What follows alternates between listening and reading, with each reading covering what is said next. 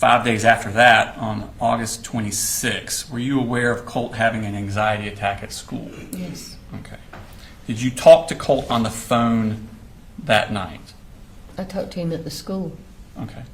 He called me from the school while he was having his anxiety attack. So he told you about it at that point. Did he also talk to you that night? Yeah. Okay. At some point during that conversation, does he ask you a question that disturbs you? Yes. And what was that question? If I do something terrible, would you still love me? I think that's the way it was worded. Okay. And do you, at that point, did you know who Nick Cruz was? No, Okay. Did Colt talk to you about Nick Cruz? not that night. Not that night? I went back up there, and in a conversation we had a day or two later, Okay. we were going to McDonald's to get food, and I can't even remember how the conversation started, but he asked me if I knew Nick Cruz, and I looked at him and I said, I've never heard of him. I didn't know who he was. And he looked at me and he said, are you serious? And I said, yeah. He said, well, have you heard of the Parkland school shooting? I said, absolutely. I read all about it, but I don't remember who did it. And he said, Nicholas Cruz did. Mm-hmm.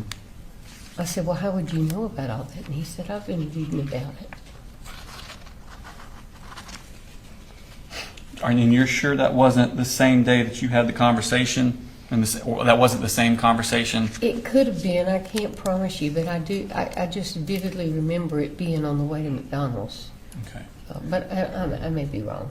Okay. I don't know. If you had given a different statement on September 4th, 2024 to the GBI agent that was in the same conversation, would that be correct? Probably, yeah. Okay. Either way, when he asked you that question about if I did something terrible, would you still love me? And you said it bothered you. What did you do in response to that? I asked him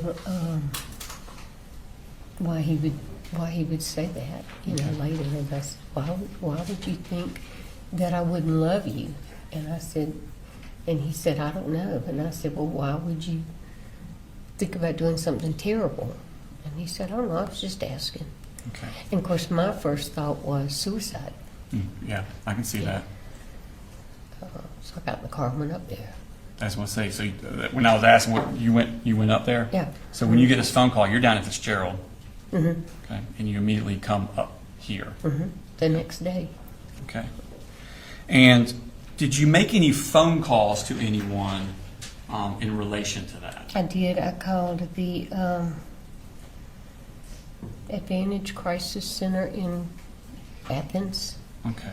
and talked to them and told them that I was really, really concerned that he was showing signs of manic behavior and talking about hurting, and I didn't want him to hurt himself. And she said, well, you can bring him in. I'm going to get into that in a second, Your Honor. I am going to ask her that, and I will argue it at that time.